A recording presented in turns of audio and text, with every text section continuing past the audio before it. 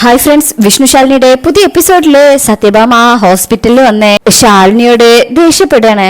ഇവളൊറ്റൊരുത്തി കാരണാ എന്റെ മകൻ മരണത്തെ മുഖാമുഖം കണ്ട് ഇവിടെ ഐസിയുല് കിടക്കുന്നത്. ദേ, എന്റെ കുഞ്ഞിനെന്തെങ്കിലും പറ്റിയാലുണ്ടല്ലോ കുടുംബശ്രീ അടക്കം എല്ലാത്തിനെയും കത്തിക്കും ഞാൻ, ഓർത്തോ എന്നിങ്ങനെ വിരൽ ചൂണ്ടി പറയണേ. ശാലിനി ഇങ്ങനെ സങ്കടത്തോടെ കരയുന്നുണ്ട്. അപ്പോഴേക്ക് ഡോക്ടർ വരുന്നാണുമ്പോ ഭാമ ഓടിച്ചെല്ലും. ഡോക്ടർ, ഞാൻ വിഷ്ണുവിന്റെ അമ്മയാണ്, എനിക്ക് എന്റെ മോനെ കാണണം എന്ന് പറയുമ്പോ ഡോക്ടർ പറയും, ദയവ് ചെയ്ത് നിങ്ങൾ ഇവിടെ കിടന്ന് ബഹളം വെക്കരുത്. വിഷ്ണു ഇപ്പോഴും ക്രിട്ടിക്കൽ സ്റ്റേജ് തരണം ചെയ്തിട്ടില്ല. അപ്പോഴും ഭാമ വാശി പിടിക്കുക, ഡോക്ടർ എനിക്ക് എന്റെ മോനെ കാണണം എന്നാ പറഞ്ഞത്. ഡോക്ടർ പറയും, ഇപ്പൊ ആരെയും കാണിക്കാൻ പറ്റിയ അവസ്ഥയിലല്ല അയാള്, ഞങ്ങൾ ഞങ്ങളുടെ കഴിവിന്റെ പരമാവധി ശ്രമിക്കുന്നുണ്ട്, അത്രേ പറയാൻ പറ്റുള്ളൂ. ഇത് കേൾക്കുന്ന എല്ലാരും ഞെട്ടാണ്. ഭാമ വീണ്ടും എന്റെ മോൻ എന്ന് പറഞ്ഞിങ്ങനെ കരയാൻ തുടങ്ങുമ്പോ രോഹിത് പറയും, സത്യമേ ബഹളം ഉണ്ടാക്കരുതേ, വിഷ്ണുബ്രോയ്ക്ക് ഒന്നും പറ്റില്ല. അപ്പൊ ഭാമ പറയും, രോഹിത് എനിക്ക് എന്റെ മോനെ കാണണമെന്ന്, എനിക്ക് അവനെ കണ്ടേ പറ്റത്തുള്ളൂ എന്ന് വീണ്ടും വാശി പിടിക്കുമ്പോ ഡോക്ടർ പറയും, പറഞ്ഞത് മനസ്സിലായില്ലേ, വിഷ്ണുവിനെ രക്ഷിക്കാൻ വേണ്ടി ഞങ്ങളെ കൊണ്ട് ചെയ്യാൻ പറ്റുന്നതെല്ലാം ഞങ്ങൾ ചെയ്യാം, ഇനി കുറച്ച് സമയത്തിന് ശേഷം എന്തെങ്കിലും പറയാൻ പറ്റൂ. ഇത് കേൾക്കുമ്പോ ശാലിനിയും നെഞ്ചു പെടച്ചുകൊണ്ട് അവിടെ നിൽക്കുന്നത്. ഭാമ വീണ്ടും ഐസിന്റെ അകത്തേക്ക് ഇങ്ങനെ വിഷ്ണുവിനെ പോയി നോക്കുകയാണേ. ശേഷം ശാലിനിയെ നോക്കിയിട്ട്, ഡേ തൃപ്തിയായി, നിനക്ക് തൃപ്തിയായോ? ദേ, എന്റെ മകൻ എന്തെങ്കിലും സംഭവിച്ചാലുണ്ടല്ലോ നിന്റെ അമ്മ ശാരദയെയും ആ കുടുംബത്തെയും വേരോടെ നശിപ്പിക്കും ഞാൻ, എല്ലാത്തിനെയും കൂട്ടിയിട്ട് പെട്രോൾ ഒഴിച്ച് ഞാൻ കത്തിക്കും, സത്യഭാമയായി പറയുന്നത് എന്നിങ്ങനെ അലറി വിളിച്ചുകൊണ്ട് ശാലിനിയുടെ മുമ്പിൽ നിന്ന് പറയുമ്പോ ശാലിനി തല താഴ്ത്തി നിന്ന് കരയാണ് ചെയ്യുന്നത്. അങ്ങനെ ഇവിടെ സംഭവിക്കുമ്പോ പുറത്ത് ചന്ദ്രബോസ് ഫോൺ എടുത്ത് മധുശ്രീയെ വിളിക്കാം. ഹലോ. അപ്പോഴേക്കും ബോസ് പറയും, ഒരു സന്തോഷ വാർത്ത കേൾക്കാൻ വേണ്ടി കണ്ണിൽ എണ്ണ ഒഴിച്ച് കാത്തിരിക്കുകയാണെന്ന് എനിക്കറിയാം. മധുശ്രീക്കും, അവൻ തീർന്നോ? ചന്ദ്രബോസ് പറയും, തീർന്നിട്ടില്ല, എന്നാലും ഇപ്പൊ തീരും. അതിനൊക്കെയുള്ള പണിയെടുത്തിട്ടാ ചന്ദ്രബോസ് ഇവിടെ നിൽക്കുന്നത്. ഇനി അവൻ ഐസിന് പുറത്തു വരുന്നുണ്ടെങ്കിൽ അത് വെള്ളത്തുണിയിൽ പൊതിഞ്ഞിട്ടായിരിക്കും. മധുശ്രീക്കും, അവളെത്തിയില്ലേ, അവന്റെ ചങ്കിന്റെ പാതിയും കൊണ്ട് നടക്കുന്നവള്, പ്രണയത്തിന്റെ അപ്ഡേറ്റ് ആയ പുതിയ അപ്ഡേഷൻ കൊണ്ടുവരുന്ന പ്രണയിനി ശാലിനി. ബോസ് പറയും, ശാലിനിയെ മാത്രമല്ല അവളുടെ ശത്രുവായ സത്യഭാമയെ ഞാൻ വിളിച്ചു വരുത്തിയിട്ടുണ്ട്. പറ്റുമെങ്കിൽ രണ്ടും കൂടെ ഇവിടെ കിടന്ന് അടികൂടി ആർക്കെങ്കിലും ഒരാൾക്ക് ചാവുഭാഗ്യം ഉണ്ടെങ്കിൽ ഒരൊറ്റ ആംബുലൻസ് തന്നെ 2 എണ്ണം കൊണ്ടുപോവായിരുന്നു. അതാവുമ്പോ കൊണ്ടുപോകുന്നവനും ലാഭം, ക്യാഷ് കൊടുക്കുന്നവനും ലാഭം. ശാലിനിയാണ് തീരുന്നതെങ്കിൽ ഒറ്റ പട്ടടയിലെ 2നെയും ഒരുമിച്ച് കത്തിക്കാം, അവിടെയും ചെയ്യുന്നവനും കൊടുക്കുന്നവനും ലാഭമാണ്. മധുശ്രീ പറയും, മൊത്തത്തിൽ അപ്പോ ലാഭം നോക്കിയുള്ള പണിയാണല്ലേ? എനിക്ക് മനസ്സിലാവുന്നുണ്ട്. സംസാരത്തിനിടയിൽ ആ സൂചന. ബോസ് പറയും, ഹോ, അതത്രയ്ക്ക് കാര്യമായിട്ട് എടുക്കണമെന്നില്ല, ഒരു മനസുഖം കിട്ടുന്ന പോലെ അങ്ങ് കേട്ടാ മതി. അമ്മാതിരി പണിയാണ് മധുശ്രീ ഞാനിവിടെ എടുത്തിരിക്കുന്നത്. മധുശ്രീ പറയും, അവനെ ഐസിയു ബെഡിൽ എത്തിച്ചിട്ടുണ്ടെങ്കിൽ അതിന് എന്തൊക്കെ വേണ്ടി വരുന്നു, എന്തൊക്കെ ചെയ്യേണ്ടി വരുമെന്നൊക്കെ എനിക്ക് ചിന്തിക്കാവുന്നതല്ലേ ഉള്ളൂ. പിന്നെ ACP എന്ന സ്ഥാനത്തിന്റെ പവർ, അതൊന്നുകൊണ്ട് മാത്രം കയ്യിലുള്ള ഗുണ്ടായുസത്തിനെ ഇങ്ങനെ വിലയിടാൻ പറ്റുന്നത് അതൊരു ചെറിയ കാര്യമല്ല. അല്ല, എന്നിട്ടിപ്പോ അവിടുത്തെ അവസ്ഥ എന്താ? കണ്ണീർ കടലാണോ, അതോ അമ്മായിയമ്മയും മരുമകളും പോരുകോഴികളെ പോലെ കൊത്തിപ്പറിക്കാൻ തയ്യാറായി നിൽക്കുവാണോ? ഒന്ന് പറ ചിറ്റപ്പ. കാര്യങ്ങളൊക്കെ കേട്ടേ ഞാനൊന്ന് പുളകിതയാവട്ടെ. ബോസ് പറയും, വിഷ്ണുവിനെ പരിശോധിച്ച ഡോക്ടർ പറയുന്നത് ഏത് സമയവും എന്ത് വേണമെങ്കിലും സംഭവിക്കാന്നാ. ഹാർട്ട് ബീറ്റ് ഒന്നും നേരെ ചൊവ്വേ കിട്ടുന്നില്ലത്രേ. ഏതാണ്ട് ഡോക്ടറൊക്കെ കൈവിട്ട രീതിയിലാണ്. മധുശ്രീ പറയും, ഹോ, അപ്പൊ ആ അധ്യായം ഉടനെ അവസാനിക്കുന്നു പറയാം. ഇനി പ്രീത്ത് വാങ്ങിക്കണം, മുഖത്ത് സങ്കടം വരുത്തണം, സത്യഭാമയ്ക്ക് മുന്നിൽ പൂങ്കണ്ണീര് ഒഴുക്കണം. എനിക്ക് വയ്യണ്ട് ചിറ്റപ്പ. അഭിനയിച്ച് ഞാൻ അങ്ങ് ഒരു പരുവാകും. പക്ഷെ അവള് ശാലിനി, അവള് കരഞ്ഞു തീരണം. ഇനി ചങ്കുപൊട്ടി മരിച്ചാലും കുഴപ്പമില്ല. പ്രണയത്തിന്റെ സ്മാരകമെന്നോ മണ്ണാങ്കട്ടെന്നോ എന്ത് വേണമെങ്കിലും ആൾക്കാർ പറഞ്ഞോട്ടെ, എങ്കിലും അവള് തീരുമല്ലോ. കളക്ടർ കൂടെ ആയപ്പോ അവള് നിലത്തൊന്നും അല്ലായിരുന്നു. അവളുടെ ഉയർച്ച കണ്ട് എല്ലാവരും അവളെ അഭിനന്ദിച്ചപ്പോ ഞാൻ അവളെ മനസ്സിൽ വീണ്ടും ഉയരത്തിലേക്ക് പോകാൻ പ്രോത്സാഹിപ്പിക്കുകയായിരുന്നു. കാരണം എന്താണെന്നറിയാം, കൂടുതൽ ഉയരത്തിൽ നിന്ന് വീഴുമ്പോഴേ ഇതുപോലെ അവൾക്ക് എഴുന്നേൽക്കാൻ പറ്റാതാവൂ. വീണടുത്ത് കിടന്ന് അവള് നിലവിളിക്കണം. അഹങ്കരിച്ചതിനൊക്കെ മനസ്സുകൊണ്ട് ക്ഷമ ചോദിക്കണം. എന്നിട്ട് ഒടുവിൽ അവൾ ഒതുങ്ങണം. മരണം മാത്രമേ ഇനി അവൾക്ക് രക്ഷയായേ ഉള്ളൂന്ന് അവൾക്ക് ബോധ്യപ്പെടുന്ന ആ ഒരു നിമിഷം, അതാണ് അവൾക്കെതിരെയുള്ള എന്റെ മാസ്റ്റർ പ്ലാൻ. ബോസ് പറയും, എങ്കിൽ ആശയ്ക്ക് വകയുള്ള മറ്റൊരു കാര്യം കൂടെ കേട്ടോ. ശാലിനിയെ മാത്രമല്ല, ഈ സംഭവത്തോടു കൂടെ സത്യഭാമ തകർക്കുന്നത് ശാലിനിയുടെ കുടുംബത്തെ കൂടിയാ. ശാരദാമ്മ കൊണ്ടുവന്ന ഭക്ഷണം കഴിച്ചാ വിഷ്ണു രക്തം ഛർദ്ദിച്ചിരിക്കുന്നത്. അപ്പൊ പിന്നെ കുടുംബശ്രീ ശാരദയുടെ കുടുംബശ്രീ ഹോട്ടലിലെ ആ മുറ്റത്ത് അങ്ങനെ ഇനി കാണൂ. വിഷ്ണു മരിച്ചാൽ സത്യഭാമ ആ നിമിഷം അത് കത്തിക്കും. എന്നിട്ട് അതിന്റെ ചിതാഭസ്മം എടുത്ത് ഭാരതപ്പുഴയിൽ കൊണ്ടൊഴുക്കും. ഒപ്പം കുടുംബശ്രീ ശാരദയുടെ വീടും. വിഷ്ണുവിന്റെ മരണത്തോടു കൂടി നടക്കാൻ പോകുന്നത് ഇതൊക്കെയാണ് മോളെ. മധുശ്രീക്ക് ഭയങ്കര സന്തോഷം. ഹോ, കേട്ടിട്ട് തന്നെ കൊതിയാവുന്നു. ഒന്ന് വേഗം ആ വിഷ്ണുവിന്റെ ജീവനൊന്ന് പോയി കിട്ടണേന്ന്. ഏത് പള്ളി പോയാണ് ചിറ്റപ്പ ഞാൻ മുട്ടിപ്പാതിൽ പ്രാർത്ഥിക്കേണ്ടത്? എന്ത് വഴിപാടാ കഴിപ്പിക്കേണ്ടത്? എന്തിനും ഞാൻ റെഡിയാ. ബോസ് പറയും, ഇനി ജീവൻ എടുക്കാൻ കാലിന് ബുദ്ധിമുട്ടുണ്ടെങ്കിൽ വേണ്ട, ഒരു കൈ പോവുകയോ ഒരു കണ്ണ് പോവുകയോ കാല് പോവുകയോ അങ്ങനെ മുറിച്ചു മാറ്റേ എന്ത് വേണമെങ്കിലും നടത്തിയാൽ മതി. ശാലിനി കരയണം, ജീവിതകാലം മുഴുവനും കരയണം. മരിച്ചാൽ കൂടി വന്ന 6 മാസത്തേക്ക് കരച്ചിൽ കാണാം. അതിന് ഏത് കൊടിമൂത്ത അത്രയ്ക്ക് വലിയ ഇഷ്ടമാണെങ്കിലും അതങ്ങ് മറന്നുപോകും. അതാണ് മനുഷ്യൻ. പക്ഷേ കിടന്ന് നരകിച്ച് ഇഴഞ്ഞു നടക്കുന്ന ഒരു ജീവിതാകുമ്പോ മൊത്തത്തിൽ ജീവിതത്തിന്റെ അറ്റം വരെ നീളും. പിന്നെ ഒടുവിലെ പ്രാഗ്യ അവള് തന്നെ അവനെ കൊല്ലും. മധുശ്രീ പറയും, അങ്ങനെ അങ്ങ് എഴുതി തള്ളണ്ട ചിറ്റപ്പ. ഇങ്ങനെയുള്ള എത്ര കടമ്പകൾ കടന്നവളാ ശാലിനി. നമ്മൾ എന്തൊക്കെ ചെയ്തു? മലമ്പാമ്പിന്റെ മുറിവ് കൂടുന്നത് പോലെ ഇത് വല്ലതും അവൾക്ക് ഏശുന്നുണ്ടോ? അങ്ങനെ ഇങ്ങനെ ഒടുങ്ങുന്നവളല്ല. വിഷ്ണുവിന്റെ മനസ്സിൽ ശാലിനിയും അവന്റെ മനസ്സിൽ പ്രതിഷ്ഠിച്ച് നടക്കുന്ന ശാലിനിയും ദൈവങ്ങളെല്ലാം അവരുടെ പക്ഷത്താ. നമ്മുടെ കൂടെ നിൽക്കുന്ന ചാത്തനും മർദ്ദിയൊന്നും കാര്യമായ രീതിയിൽ ഒരു ഗുണവും ഉണ്ടാക്കുന്നില്ല. പിന്നെ ചിറ്റപ്പ അപ്പപ്പോഴുള്ള കാര്യങ്ങൾ എന്നെ അറിയിക്കണേ. അവിടെ നിന്നുള്ള വാർത്ത കേൾക്കുമ്പോഴാ മനസ്സിനകത്തൊരു സന്തോഷവും സുഖവും ഒക്കെ തോന്നുന്നത്. പിന്നെ ചിറ്റപ്പൻ അവിടെ ഉണ്ടെന്നുള്ളൊരു ധൈര്യവും. ബോസ് പറയും, എനിക്ക് നിന്റെ ഈ ചിറ്റപ്പ എന്നുള്ള വിളി കേൾക്കുമ്പോഴേ ഓർമ്മ വരുന്നത് എനിക്ക് എന്റെ സുസ്മിത മോളെയാ.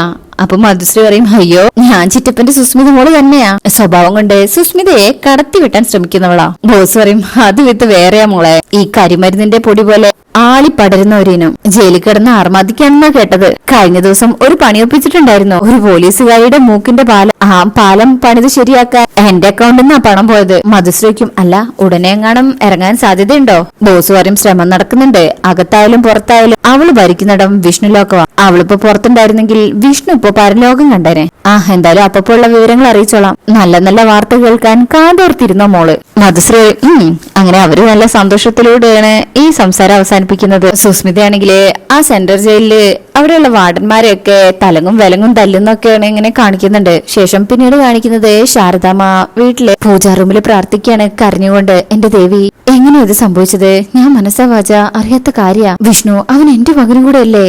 അവന് ഞാനായിട്ട് ഇങ്ങനൊരവസ്ഥ ഉണ്ടാക്കോ? എന്റെ മകൾക്ക് എന്തെങ്കിലും പറ്റുന്ന പോലെയല്ല വിഷ്ണുവിന് എന്തെങ്കിലും സംഭവിക്കുന്നത്. എന്റെ ശാലിനിയുടെ ജീവനും ശ്വാസവും എല്ലാം വിഷ്ണു മോന. അവൾ അനുഭവിച്ച കഷ്ടപ്പാടുകളെല്ലാം വിഷ്ണുവിന് വേണ്ടിയായിരുന്നു. അവൾ ജീവിക്കുന്നത് വിഷ്ണുവിന് വേണ്ടിയല്ലേ? അപ്പൊ പിന്നെ എനിക്ക് എങ്ങനെയാ ഇങ്ങനെയൊക്കെ ചെയ്യാൻ കഴിയുന്നത്?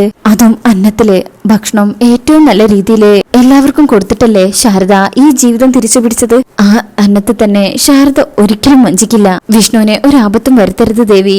അവനെന്തെങ്കിലും പറ്റിപ്പോയാ പിന്നെ എന്റെ ശാലിനി ഈ ഭൂമിയില് ജീവിച്ചിരിക്കത്തില്ല എന്നിങ്ങനെ പ്രാർത്ഥിക്കുന്ന സമയത്ത് അവിടെ ശാലിനി വിഷ്ണുവിനെ ഇങ്ങനെ ഐസിയിലേക്ക് നോക്കി നിൽക്കണേ. ശേഷം സങ്കടത്തിൽ പൊട്ടിക്കരയുന്നുണ്ട്. ശാരദാമ്മ ചങ്കു പൊട്ടി പ്രാർത്ഥിക്കണേ, മക്കൾക്ക് വേണ്ടി മാത്രം ജീവിക്കുന്ന എനിക്ക് ഒരിക്കലും തീരാത്ത ദുഃഖം തന്നേക്കല്ലേ ദേവി.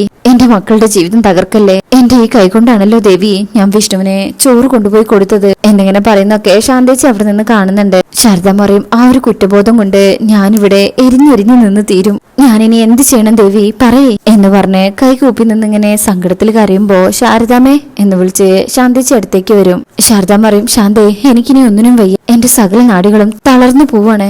മനസ്സും ശരീരവും വിറങ്ങലിച്ചിരിക്കുക. ഞാൻ ഇവിടെ ഇങ്ങനെ നിൽക്കട്ടെ, ശാന്ത പൊയ്ക്കോ. ഇനി എത്ര നേരം ഇങ്ങനെ നിൽക്കുന്നേ എനിക്കറിയാൻ പാടില്ല. പക്ഷേ നിൽക്കുന്ന അത്രയും നിൽക്കട്ടെ എന്ന് പറഞ്ഞ് കരഞ്ഞുകൊണ്ട് അവിടെ നിന്ന് പ്രാർത്ഥിക്കുക. അത് കേൾക്കുമ്പോ ശാന്തേച്ചി അവിടുന്ന് പോവും. അങ്ങനെ ശാരദാമ്മ അവിടെ തന്നെ നിൽക്കുകയാണ്. ഇതേ സമയം അവിടെ ഹോസ്പിറ്റലിലെ ശാലിനി ഇങ്ങനെ അങ്ങോട്ടും ഇങ്ങോട്ടും ടെൻഷനോടെ നടക്കുമ്പോ ഒരു നഴ്സ് പുറത്തേക്ക് വരും. വിഷ്ണുട്ടൻ എന്ന് വെച്ച് ശാലിനി അടുത്ത് ചെല്ലുമ്പോ സിസ്റ്റർ പറയും, മയക്കം വിട്ടിട്ടുണ്ട്, മേഡം കേറിക്കോളൂ. അപ്പൊ തന്നെ ശാലിനി ഓടിക്കയറും. ശാലിനി കയറി നോക്കുമ്പോ വിഷ്ണു കണ്ണു തുറന്നിട്ടുണ്ട്. അങ്ങനെ കാണുമ്പോ തന്നെ ശാലിനിക്ക് പാതി ആശ്വാസമാണേ. അപ്പോ വിഷ്ണു ശാലിനിയെ കാണും. ശാലിനിയാണെങ്കിൽ ആകെ തളർന്ന് ക്ഷീണിച്ചാ നിൽക്കുന്നത്. പതിയെ വിഷ്ണുവിന്റെ അടുത്തേക്ക് ചെല്ലും. അടുത്തു വന്ന് പതിയെ വിഷ്ണുവിന്റെ കൈകൾ മുറുകെ പിടിക്കും. കരഞ്ഞുകൊണ്ട് തന്നെ, വിഷ്ണുട്ടാ. വിഷ്ണു എന്നിങ്ങനെ ചോദിക്കുമ്പോ ശാലിനി പറയും, തോറ്റുപോയില്ലെന്ന് പറഞ്ഞിട്ട് തോൽപ്പിച്ച് കളഞ്ഞു അല്ലേ, ഒരുപാട് വേദന തിന്നല്ലേ എന്നിങ്ങനെ കരഞ്ഞോണ്ട് പറയുമ്പോ വിഷ്ണു പറയും, താൻ എന്തായി കാണിക്കുന്നത്? എനിക്കൊരു ബലം കിട്ടാനാ തന്നെ ഒന്ന് കാണണമെന്ന് പറഞ്ഞത്. ഞാൻ മരണപ്പെട്ടിട്ടില്ലെന്ന് എനിക്ക് എന്നെ തന്നെ ഒന്ന് ബോധ്യപ്പെടുത്താൻ. മരണം കയത്തും ദൂരത്തുണ്ടായിരുന്നടോ. അപ്പോഴും ഉള്ളിലുണ്ടായിരുന്ന ഒരു ഉറപ്പ് ഒരാൾക്കും താൻ എന്നെ വിട്ടുകൊടുക്കില്ലെന്ന് പറഞ്ഞില്ലായിരുന്നോ? മരണത്തിന് പോലും ആ ഒരൊറ്റ വാക്കാ ജീവനോടെ എനിക്കിപ്പോ ഇവിടെ കിടക്കാൻ പറ്റുന്നേ. തന്റെ ദേഷ്യവും വാശിയും സങ്കടവും എല്ലാം എന്നോട് അറിയാവുന്നവർ വേറെ ആരെങ്കിലും ഈ ഭൂമിയിലുണ്ടോ? ഇല്ല. അപ്പൊ പിന്നെ തന്റെ സ്നേഹത്തിന്റെ ആഴം എത്രത്തോളം ഉണ്ടാകുന്ന എനിക്കും തനിക്കും മേലെ മറ്റൊരാള് മനസ്സിലാക്കി. ഈശ്വരൻ എന്നെ എടുത്താൽ താൻ ഒരു സ്വൈര്യവും അങ്ങേർക്ക് കൊടുക്കില്ലെന്ന് അങ്ങേർക്ക് മനസ്സിലായി കാണും. അതാ. അത് കേൾക്കുമ്പോ ശാലിനി ഇങ്ങനെ കരഞ്ഞോണ്ട് നിൽക്കുമ്പോ പെട്ടെന്ന് ചിരി വരിക. തോളിലെടുത്തതാ എന്നെ ഇനി ഈ ഭൂമിയിൽ വേണ്ടെന്ന് പറഞ്ഞ്. അപ്പോഴേക്കും ശാലിനി വിഷ്ണുവിന്റെ വാ പൊത്തിവെക്കും. വിഷ്ണുട്ടാ. അപ്പൊ വിഷ്ണു പറയും, സത്യാടോ, അത് ഞാൻ വ്യക്തമായി അറിയുകയും ചെയ്തതാ. പക്ഷെ വിട്ടു, തൽക്കാലത്തേക്ക് വിട്ടു. അതിനു കാരണവും താൻ തന്നെയാ. തന്റെ ഈ കരഞ്ഞ കണ്ണുകളും എനിക്ക് വേണ്ടി മാത്രം പ്രാർത്ഥിക്കുന്ന മനസ്സും ഏത് ദൈവത്തിനാ അത് കാണാതിരിക്കാൻ കഴിയാ എന്നിങ്ങനെ പറയുമ്പോ അടുത്തുള്ള ആ ചെയറിലെ ശാലിനി വിഷ്ണുവിന്റെ അടുത്തേക്ക് ചേർന്ന് ഇരിക്കുക. എന്നിട്ട് കൈകൾ മുറുകെ പിടിക്കും. ഒരുപാട് സംസാരിക്കണ്ട, ഉടനെ എല്ലാം ഭേദമായി കഴിഞ്ഞാ നമുക്കിതൊക്കെ പറയാലോ. ഇനിയിപ്പോ സമാധാനമായിട്ട് കിടക്ക്, ഞാൻ ഇവിടെ തന്നെ ഇരിക്കാം, നോക്കിക്കൊണ്ടിരിക്കാം. വിഷ്ണുവേട്ടൻ ഉറങ്ങിയിട്ട് ഞാൻ പുറത്തേക്ക് പോവും എന്ന് പറഞ്ഞിങ്ങനെ നെറ്റില് കൈവച്ച് തലോടി കൊടുക്കുക. അപ്പൊ വിഷ്ണു പറയും, കണ്ണടച്ച മുന്നിൽ കാണുന്നത് ചോരയാ, ഞാൻ ഛർദിച്ച എന്റെ ചുടുചോര, പിന്നെ എങ്ങനെയാ ഉറങ്ങാൻ പറ്റുക? ഒരു കാര്യം ഉറപ്പാ, നമ്മളറിയാതെ നമുക്ക് ചുറ്റും പലതും നടക്കുന്നുണ്ട്, നമ്മൾ അവരുടെ ഇരകളാ. നോക്ക്, താൻ സൂക്ഷിക്കണം. എന്റെ ആയുസിന്റെ ഫലം താനാണെന്ന് അറിയുമ്പോ ഇനി അവരുടെ നീക്കം തനിക്കെതിരെയായിരിക്കും. താൻ തോറ്റുപോകരുത്, അങ്ങനെ ഒരു പേടി എനിക്കിപ്പോ ഉണ്ട്. ശാലിനി പറയും, സ്നേഹത്തെ തോൽപ്പിക്കാനുള്ള ഒരായുധവും ഒരു യുദ്ധത്തിൽ പോലും ഉപയോഗിച്ചിട്ടില്ല വിഷ്ണുവേട്ട. പിന്നെ എങ്ങനെയാ ശത്രുക്കൾക്ക് നമ്മളെ പരാജയപ്പെടുത്താൻ പറ്റുന്നത്? അവര് ശ്രമിക്കട്ടെ, ശ്രമിച്ചുകൊണ്ടേയിരിക്കട്ടെ, നമ്മള് ആഴത്തിൽ പ്രണയിച്ചുകൊണ്ടേയിരിക്കും എന്ന് പറഞ്ഞ് വിഷ്ണുവിന്റെ കൈകള് കവളോട് ചേർത്ത് പിടിക്കുക. ഈ ഹൃദയം തുടിക്കുന്നത് മറ്റാർക്കും വേണ്ടിയല്ലല്ലോ, എനിക്ക് വേണ്ടി മാത്രമാ. ആ ഒരു വിശ്വാസ ഏത് പ്രതിസന്ധിയെയും തരണം ചെയ്ത് മുന്നോട്ട് കൊണ്ടുപോകുന്ന എന്റെ വിൽ പവർ. വിഷ്ണു പറയും, തന്നിലേക്ക് എത്താനുള്ള എന്റെ മനസ്സിന്റെ ആഗ്രഹം അതാണോ എന്നെ ജീവിതത്തിലേക്ക് തിരിച്ചെത്തിച്ചത്. അപ്പൊ ശാലിനി പറയും, പക്ഷെ എനിക്ക് ഉറപ്പുണ്ടായിരുന്നു എന്നിൽ നിന്ന് പറിച്ചെടുത്ത് എന്റെ വിഷ്ണുവേട്ടനെ ആർക്കും എങ്ങോട്ടും കൊണ്ടുപോകാൻ പറ്റില്ലെന്ന്. വിഷ്ണു പറയും, തൊട്ടില്ലെന്നുള്ള മട്ടില് മരണം കൺമുന്നിൽ നിന്ന് അകന്നു പോയപ്പോ എനിക്ക് മനസ്സിലായി താനിവിടെ നല്ലോണം കഷ്ടപ്പെടുന്നുണ്ടെന്ന്. ഒരുപാട് ഓടിയല്ലേ? ശാലിനിക്കും, വിഷ്ണുവേട്ടാ എന്നാ നമ്മുടെ ഈ ഓട്ടം ഒന്ന് അവസാനിക്കുക? വിഷ്ണു പറയും, ചുമ്മാ ഓടടോ, ഇങ്ങനെ ഓടുമ്പോഴും നമുക്കറിയാലോ നമ്മളെ. എല്ലാ പ്രശ്നവും അവസാനിച്ച് ഒരു പുതു വെളിച്ചം നമ്മൾക്ക് മാത്രം തെളിയും. അത് കാണുന്നത് വരെ നമുക്കിങ്ങനെ ഓടിക്കൊണ്ടേയിരിക്കാം എന്നിങ്ങനെ പറയുമ്പോഴും ശാലിനി വിഷ്ണുവിന്റെ കൈകള് മുറുകെ പിടിച്ചിട്ടുണ്ട്. അങ്ങനെ സംസാരിച്ചുകൊണ്ട് നിൽക്കുമ്പോ, മാഡം എന്ന് വിളിച്ച് സിസ്റ്റർ വരെയാണേ, അധികം സംസാരിപ്പിക്കേണ്ടെന്ന് ഡോക്ടർ പറഞ്ഞിട്ടുണ്ട്. അത് പറഞ്ഞ അവരങ്ങ് പോവും. അപ്പൊ ശാലിനി പറയും, ഇവിടെ അധിക സമയം ഇരുത്താൻ പറ്റില്ലെന്നാ അവര് പറഞ്ഞതിന്റെ അർത്ഥം. ഞാൻ പുറത്തിരുന്നാലും നമുക്ക് മനസ്സുകൊണ്ട് സ്നേഹിക്കാലോ അല്ലേ?